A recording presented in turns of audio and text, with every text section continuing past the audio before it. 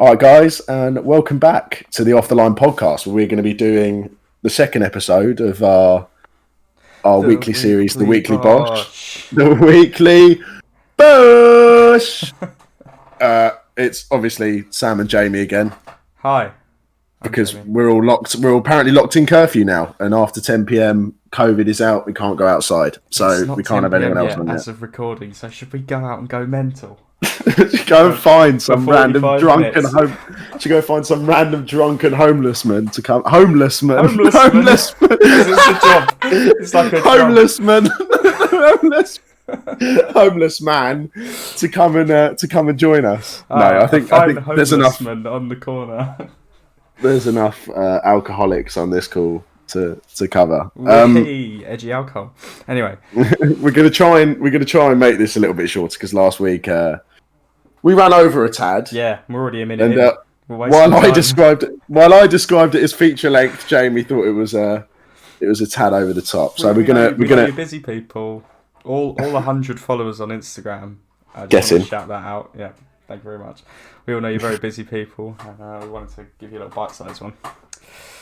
Okay, so we're going to go basically same as last week. We're going to go through the results of the weekend. We'll talk about power rankings, who we think was really good, and then we'll talk about Kepa, and then we'll then go through the main games this weekend and just give our predictions for that. Should I start another podcast for your thoughts on Kepa Arrizabalaga, or do you want to just sort of... I've already started one. I put it on SoundCloud the other day, but it actually got branded as a hate crime. So I've got an EU court date for that. So instead of off the line, what's it called? Is it off the cliff or something like that? It employed, considering they could be considered as racial slurs against Spanish people. But goodness me, we'll leave them. It's fine.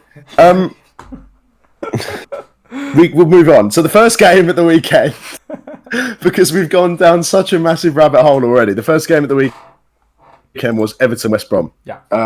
A really good game. I enjoyed it. Do you know what I didn't enjoy though? Grady Diangana doing a run from his own half and then slotting it into the bottom corner. I bet you enjoyed watching that later on in the day when you watched West Ham slip to a very disappointing defeat at Arsenal as well. It only made me slightly extremely sad. But yeah, West Brom just come on. It's like the free kick from Pereira was fantastic, but obviously dead ball situation, and the Diangana goal was a counter attack, so they're not offering a huge amount.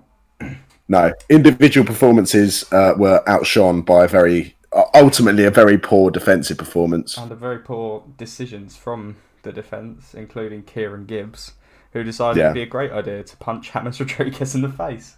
He played patty cake with James Rodriguez's face. Yeah, and Slaven Bilic thought it would be an even better idea to get himself sent off.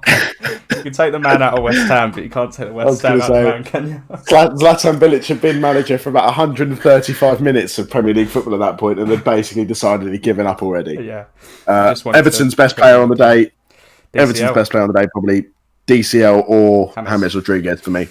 Yeah, I don't think you can really look past Calvert-Lewin's performance. Obviously, James was imperious in midfield, absolutely fantastic. But yeah, Calvert-Lewin, hat-trick, first Premier League hat-trick. Really well played. And, what is that, 5 goals in 3 games now for them? Yeah. I think so. I think we've only had 2 games of the season. That is true. So it's 4-2. 4-2 for Cavalier. He got 1 against Tottenham, and he's got a hat trick against West Brom. And 4-2. He's looking on fire. I hope he can carry it on because I do like him. I do like him, and with James behind him, very good. But yeah. Next is probably, my game of the weekend. Leeds against Fulham. We spoke about this one last week. About it being a very big game for Fulham because it's against a relegation. Well, I say relegation rival. Someone who's been promoted with them from the Championship. Yeah. And Fulham held their own to an extent. I think they switched off, and Leeds looked like a team that when you switch off are going to go through you because of the way that Bielsa plays football. Yeah. Fulham. I think Fulham showed a lot of character when they fell 4-1 behind. They dug in, they came back, and Mitrovic is massive for them as well. I think. Yeah. I think Mitrovic has always been good in the Premier League. I like Mitrovic when he played for Newcastle. Yeah, I agree. And but yeah, 7 goals conceded and 7 goals scored for Leeds in their first 2 games. It's showreel football. It's showreel football. Bielsa down to a T, though, isn't it? But yeah, I like Bamford. Look out for him. He's going to be big this season for Leeds. Dark horse for Leeds. Manchester United. Big conversation to be had about this one. Yeah, we're gonna go later in the power rankings and talk about Man United, obviously. I was going to say, but overall, a poor performance from them. Yeah. But there is a conversation to be had about VAR with this one. It's probably VAR's worst performance of the weekend. In my opinion, both decisions were wrong. Yeah. The handball can't be a handball because it's hit it in. Watch this, so you well, the handball essentially, I can't remember who hit it, but he hit the ball. And Lindelof's arm was about a yard away, and he charged back to get in the way of this ball, and his arm was kind of chest height, about half a foot away from his body, and it didn't even hit it. It glanced it and went up, and the ref gave it. I mean, Gary Neville was saying it was wrong. I thought it was wrong, and then De Gea obviously saved the penalty. And then it was adjudged that he was literally an inch off his line. Yeah. When he and it's just when you start going into things like this and little inch. Wasn't the Zaha penalty? Wasn't he when he eventually scored it? Didn't he? Wasn't De Gea off his line as well? Yeah, but if they score, they haven't gained an advantage. Well, but if you save it, doesn't make any sense.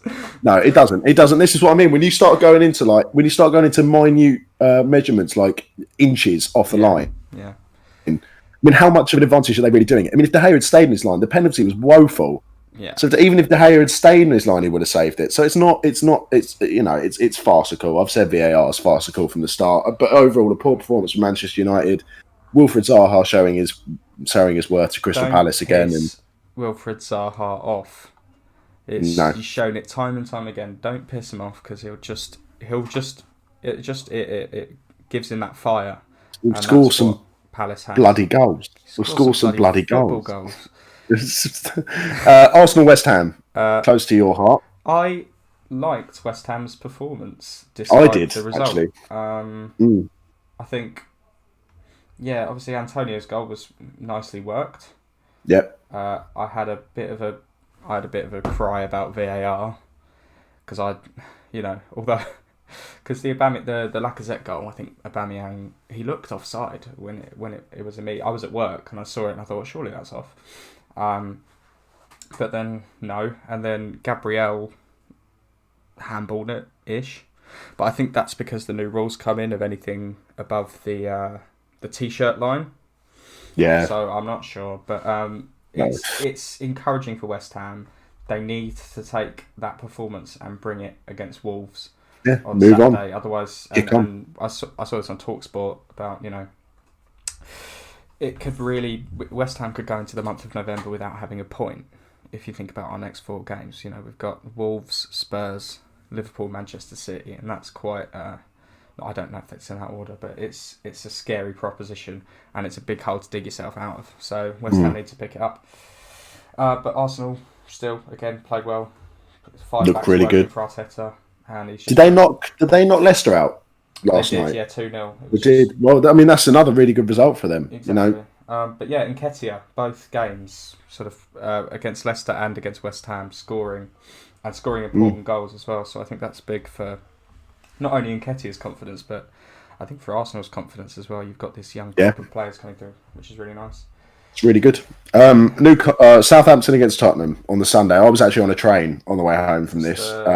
The Heung-min Son show, wasn't it? The Harry Kane show, because Harry Kane set 4 of them up and scored himself, I think. So very similar goals as well. I think the Southampton back line just sort of commits suicide at some points in matches, and I think they've got to figure that out because obviously Hasenhüttl is known for playing this sort of aggressive brand of football.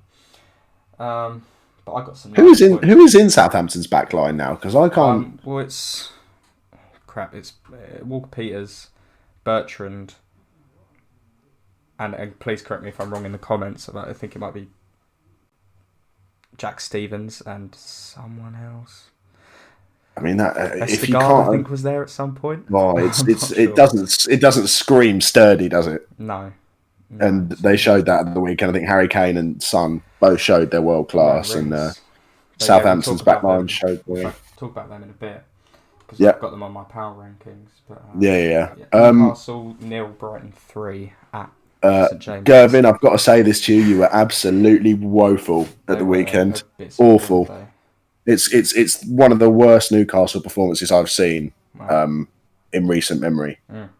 To drop that far behind after such a short amount of time. Tariq Lamptey, again, showing his class and causing issues. And I think when the danger that he showed was actually shown by the fact that St Maximin was the one who brought him down for the penalty. You know, I said this to our friend Gervin on the day. I said that an attacker like that does not want to be making tackles in his own box. He does not want to, you know, if you're St Maximin, you don't want to have to be chasing a right back and making a tackle in your own penalty area. Yeah. But that's a credit to the danger that Tariq Lamptey was causing. I think very positive for Brighton as well. You know, in the preview I had them going down, but that's changed drastically for me. Yeah, I think a lot of our predictions have changed drastically over the last week or so. But yeah, Newcastle just. And I use this every week now, it seems. It's just toothless, not very good. 0 shots on target, just a bit crap. Overall, right. I'll let you take point in the next one. Chelsea, Liverpool. So I've obviously got a lot to say about this. Yeah. You know, my main point about this game is going to be in the power rankings. Well, he's a very short performance that stands out. Very out short, very flaccid Spanish. Right. Bin man. Yeah, good. I'm still upset about it, so we'll come to that in the power rankings. But overall, in the first half, I don't think Chelsea were actually that bad. I think we controlled Liverpool. Werner looked really good. I think considering we were still missing a lot of our first team, and we've got a new crop of players. Yeah. I said this at the time. I said we could have done with this game being 3 or 4 games down the line. Yeah. You know, we've been dealt a bad hand getting Liverpool, the champions, who've got such an established side with no injuries, as a second game of the season when we are still trying to work into our team. I think we controlled Liverpool really well, and then the incident just before the half, I'll talk about again later because I put the blame with the keeper, but we'll have a conversation about that later. We'll talk about that, but Leicester 4, Burnley 2. Good result for Leicester. Really nice result. And they looked good as well. The Leicester of last year was coming back, and Burnley without Tarkowski not looking great. Shaky. Definitely. And if Tarkowski leaves, and I'm not saying to West Ham because obviously that's probably not happening at this point. It looks like, and I've only seen this on Twitter, that Tarkowski's trying to force a move. If that happens, what happens to Burnley this season? Well, they're going to struggle because he is their absolute. I mean, without a doubt, he's their best outfield player. He, in my opinion, is the complete heart and soul of their back line. Yeah. And without him, I can't see them, challenging for mid-table. I can't see them challenging for even 14th to 12th. They're going to be down there if he leaves, and that's the reality of what Burnley are going to have to do. And if he leaves, and they're in trouble, then you can see Nick Pope going somewhere as well. Definitely. It's definitely a snowball effect with Burnley where everyone's happy at the moment because they're sat mid-table, but they start to drop, and players like Pope and Tarkowski start to see a decline. They're going to worry for their Premier League future because they're Premier League level players, and they will want out, and they'll end up going to a Tottenham or a Chelsea. You can see Tarkowski going to a mid-table Premier League team. You can definitely see Nick Pope ending up at a more top-end Premier League team. I know Chelsea were interested in him. Mm-hmm. Whether this Mendy's a long-term replacement, you can see at the end of the season, if Burnley end up going down, then you can see Nick Pope ending up at Chelsea. So potentially a tough one if Tarkowski were to leave. But overall, poor performance from them, and Leicester definitely the better side. Definitely.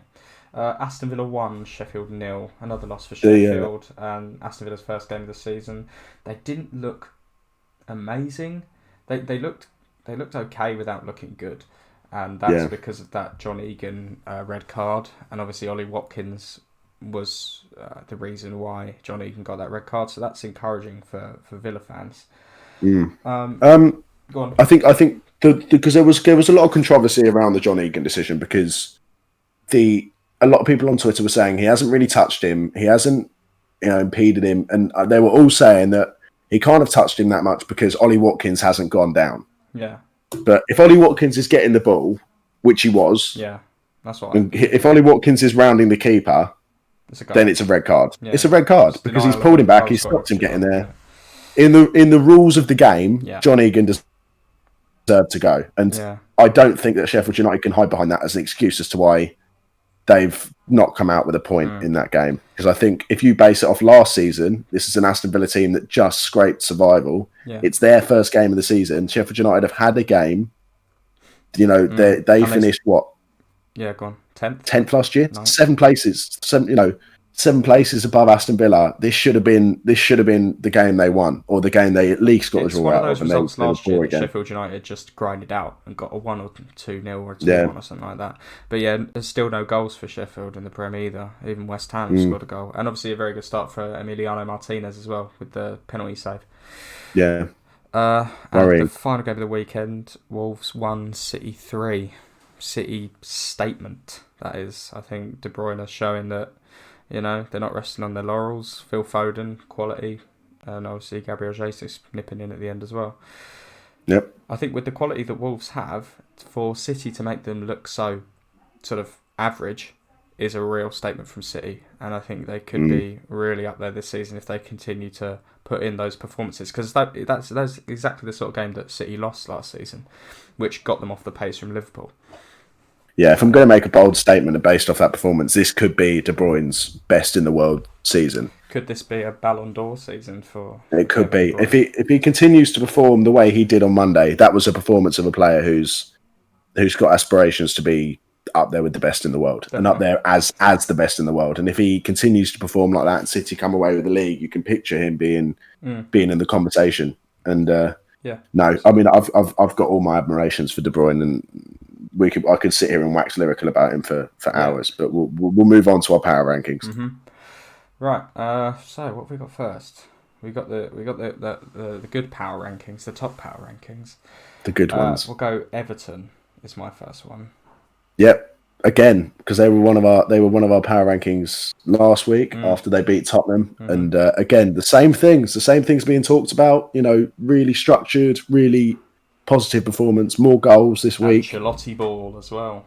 It is Ancelotti ball. It's attractive. It's attractive football to sit down and watch. Calvert-Lewin, Richarlison, Rodriguez, they're all being brought into the game. They're all creating. They're all scoring. So I enjoyed watching Everton, which is something that I can't say I have done over the past X amount of years. So not at all. But really imperious performance from James, as I said. Just absolutely. He was the maestro. He pulled all the strings, and DCL getting on the end of it. As we said in the preview, massive season for him. We want to see him pushing 20, 25 goals if Everton want to make a real push at. I was going to say, and then he's in the conversation. At this point, they're in the conversation for Champions League spots if they keep on performing. Definitely. And then, and you talk about individual performances. The Euros next summer, if Calvert-Lewin pulls 25 goals out of his arse this year, he's in the conversation for the English team. He's in the conversation for the England team. No, definitely. If he gets 25 Prem goals, you can't drop him. He's in. And obviously Rodriguez is defining the cliche of form is temporary, class is permanent. Absolutely. Struggled last few seasons, but looks like a really class act. Be the renaissance for James. Next one, Heung-min Son and Harry Kane. As a partnership. The two of them working together. Yeah. They're a bit like peanut butter and jelly, aren't they? They go lovely. In a sense. They go lovely. They're very different players. But as a combination, they're destructive. On the day they get it right, they are destructive. Kane is all about power and precise finishing. He's a good passer. He's good at shooting. He's not the best dribbler of the ball, but when he gets the ball at his feet, he's really good. Whereas Son is pace and poise and skill and they really did look superb at the weekend. I just the two think of they them. bring. If you had to put two footballers together, I'd have Harry Kane and Hwang Sung-min. I didn't say that the right way around, but Hwang Sung-min, bro. Hwang Sung-min, yeah. No, I'm not Are sure you feeling alright? No, it's okay. I've had a cider. You know what it's like. Have you? No, don't be silly. Of course I have. I just you're dead on. I think they just bring so much as a partnership, and if they can, that's the problem that they had last season. If one of them, they were both injured at the same time, but also Son was there and Kane wasn't, and then Kane was there and Son wasn't, and it was all a big thing. So I think if they can get a whole season under their belts, I don't see why Spurs can't do really well this season. Definitely. Yes. Definitely. Your next one is Roy Hodgson. Big boy. Absolutely outclassed Ole Gunnar Solskjaer and Definitely. And Manchester United. Just outclassed them. I think structurally the 4-4-2 that they were playing was just so well drilled. Yeah. And Wilfried Zaha coming up again with a brace against his old club. Was it a brace? Or did he only score one? I can't remember. He scored two, scored the penalty and their third goal. Played really well. And just, again. Crystal Palace just looked better. United, we're waxing lyrical about their attack. And it just looked a bit meh. Obviously, Wan-Bissaka not playing. Greenwood left on the bench. Not playing, and then Scott McTominay playing.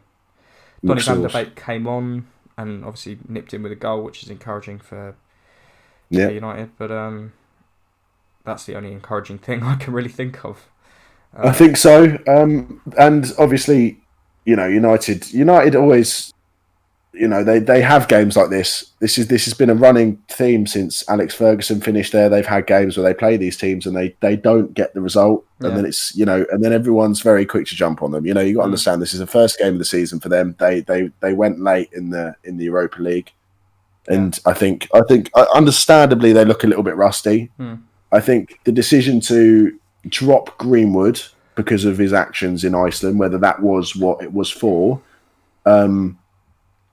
Considering he's fully fit all day long, but and on air, Patrice Evra, obviously had his moment exposing Son's coital relationship with David Moyes' daughter, which is an interesting way to go when doing football punditry. But if that's what you want to do, that's what you want to do. I did see a funny tweet about that from Fake Colin. I think he said because Moyes obviously tested positive for COVID-19 the other day, and he said, "Oh, does that mean Wilfried Zaha has to self-isolate as well?" Football Twitter, it's undefeated. I've only got one more power ranking that's different to yours, and it's Thiago Alcantara. I mean, he's good, isn't he? Yeah, he's quite caused me football. It caused me quite a lot of stress on Sunday evening because having just lost Christensen with our team down to 10 men at half time, I sat down with not my first beverage of the afternoon to see Thiago Alcantara coming on at half time, which was not the sight I was hoping to see. But no, he came on and more passes than any Chelsea player. And any player has ever done in a half of football in the Premier League. Oh my god, it's so scary. On his debut. On his debut. No, he came on, absolutely ran the show, and I think that is arguably, in my opinion, the signing of the summer from any club anywhere to get him for 20 million. From a Chelsea fan, that's high praise. Yeah, well, that immediate impact to get him, and I'm considering the fact that they've only paid £20 million for this guy. They've paid £20 million for a guy who's just won the Champions League with Bayern Munich, playing for a team that knocked 8 past Barcelona. 5 million up front this season. 5 million quid. 5 million over 4 seasons. This is a guy who just knocked 8 past Barcelona, and now they've got him for 20 million. It's ridiculous, and it's unbelievable business from Liverpool. And I think he's automatically one of the best players in their side, and it's very, very scary. And I wish I'd put them to win the league because I think they will now. So. Let's just move on before I start getting upset and crying. I'm going to get upset. It's Kepa. Should we move on? Should we move on to the low power rankings? The first one I've got in a running order, I put Kepa ... again for the second week in a row on the lowest part of our power rankings. I want to give the mic to Sam on this one. I don't know why. I just think maybe it might be funny. I don't swear at home very often. I'm quite conservative with my language around my family. Yeah. My grandma was here, and I'm even more conservative about my language around my grandmother. But those rules were put in a suitcase and thrown out of a window when that man decided that with a minute left of the first half, with a ball through to Sadio Mane, to do a completely ridiculous 30-yard sprint to try and beat Sadio Mane to the ball. At which point, Christensen is left with absolutely no choice but to bring Mane down because he sees a 6'2" Spanish mongrel running at him, who he knows is never going to get to the ball. And now he knows that he basically has no choice other than to rugby tackle Sadio Mane to the floor or Liverpool score a goal. It's not very social distancing of him, was it? I was going to say, and then in the second, it's as if Kepa got in at half time and went, "Do you know what? I haven't buggered this up enough." So he came out in the second half, and then having received the pass, he decided to collect the ball on his byline, wait, and then clear the ball into Sadio Mane's foot and give another goal away. Oh my God. At which point, my drink got swiftly finished and I left the room. Using words I cannot repeat on here because we're trying to keep it relatively PG. And it was a since then, I've been actively avoiding talking about this subject because I thought that it would be beneficiary to the podcast for me to let all of my anger out in one thank you so monologue. Much. Thank you so you much. Sly dog, you've got me monologuing. No. In the other news, Chelsea have we've signed someone else pretty swiftly after that performance. We had to get that one done before Otherwise, West Brom at the weekend. Big Willie in goal for the rest of the season. Big Willie kept a clean sheet last night. Yeah. So and he's got a free bus very, pass, hasn't he? So very upset, very angry. £72 million. What else can you say? Really? I mean, let's just move on before things start getting value broken. for money Premier League signing ever. Yeah, I think so. I think without a doubt, he's the most expensive keeper in the world. That man is the most expensive goalkeeper on the planet. It's quite sad, isn't it? That's a sad indictment of where football is money-wise. Anyway, let's just move on because I've got alcohol to my right and I don't want to dig into that. So let's just crack on with Ole Gunnar Solskjaer. I was about to say if we should talk about Solskjaer or not because we've obviously just talked about him with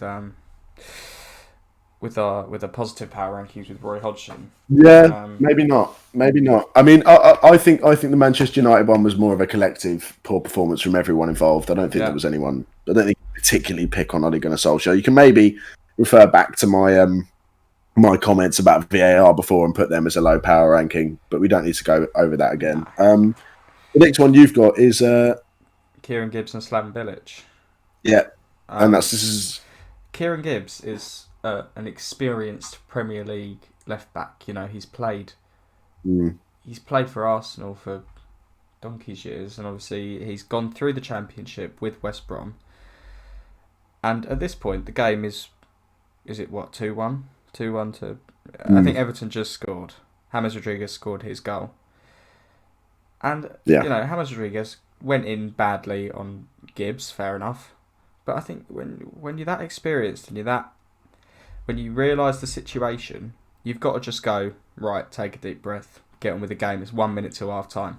I was going to say, yeah. This is the reality of the Premier League. This is the reality of what the Premier League is. This is why everyone says, will these players be able to hold their head? Diego Costa was an issue with it. Yeah. Diego Costa, if someone went in hard on him or someone hit him, there was a chance he'd get up and react. And you've got to have a more level head than that.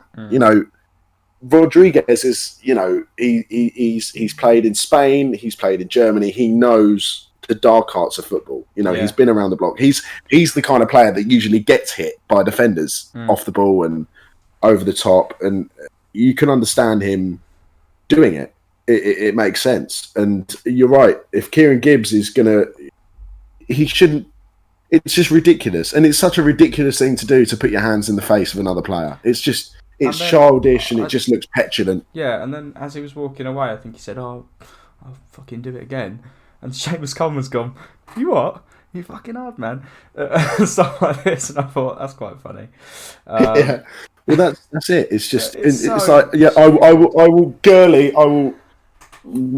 playfully hit you in the face with both of my hands again. It's just like, if you're going to hit someone, hit someone. You know, Duncan Ferguson is sat in the stands and he got sent to jail for something he did on the pitch. He broke someone's jaw by headbutting him. So if you're going to do it, do it. And then obviously Slaven Bilic's. I mean, I think he had a case, because obviously with all the red cards that have happened, like Carl Walker-Peters won against Crystal Palace last weekend. Yeah. John Moss, went to the telly, and I think Mike Dean didn't go to the telly and have a proper look at it. But I think it's so cut and dry what happened. It was right in front of the linesman, and if Mike Dean did go to the telly, he would have taken him off. Come to the same conclusion. Yeah, you cannot raise your hands and hit someone in a Premier League football match. There's not in the face. No, you can.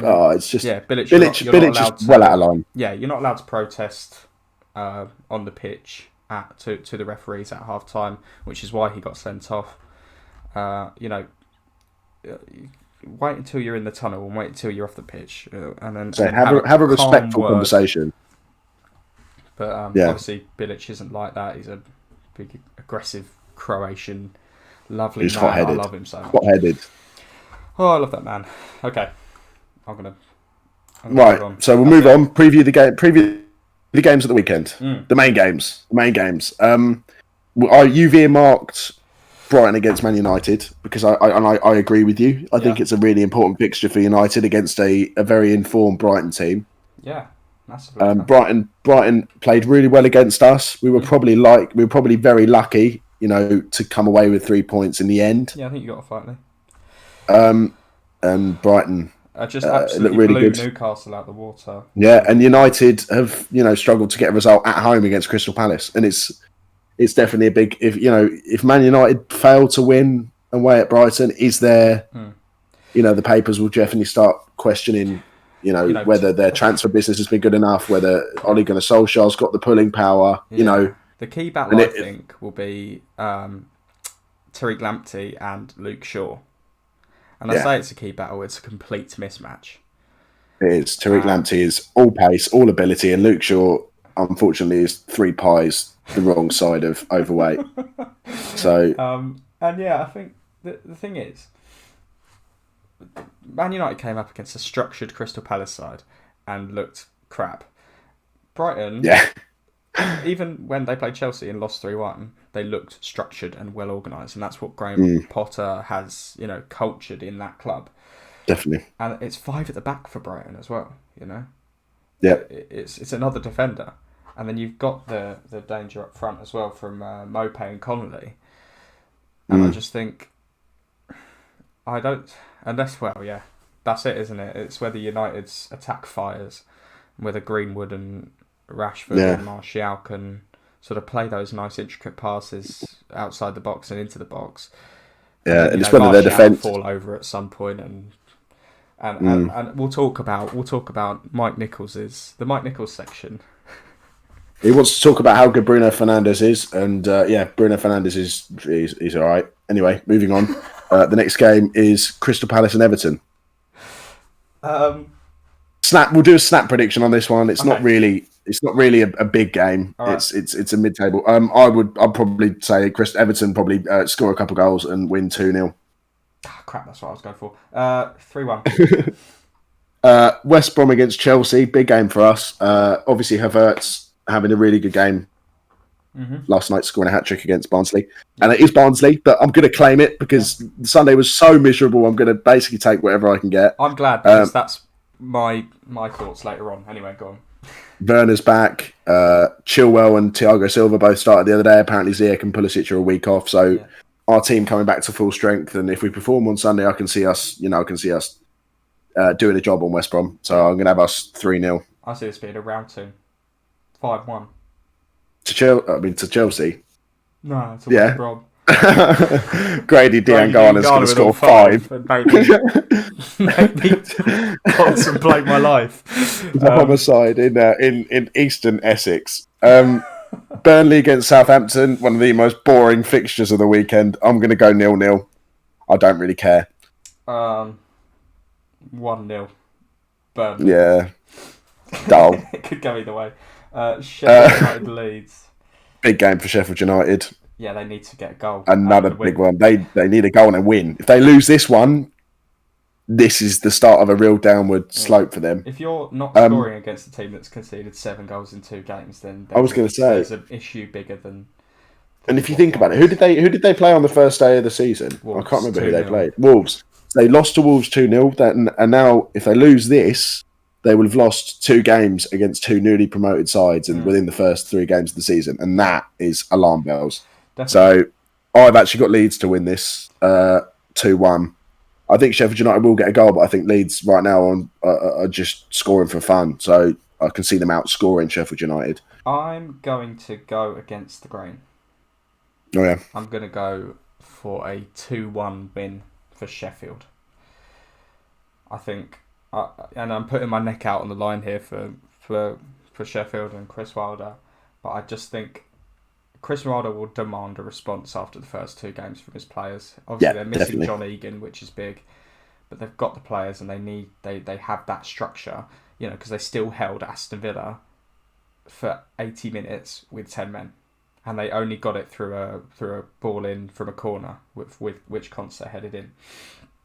So, and then if you just stop Leeds from playing football, then which they absolutely can. So that's Sheffield United definitely can. Yeah. The next game is Tottenham versus Girvin. Well, it's Newcastle, but when I picture Newcastle, I picture Girvin because I feel like he's the epitome of what Newcastle. Rory's uninteresting. I feel like with Girvin, no, he's not. Girvin is the epitome of what Newcastle represent. Just annoying, shithousery, northern Newcastle brown ale, bucket hat wearing, Alan Shearer loving, hand up in the air, raise it to God, annoying northern team.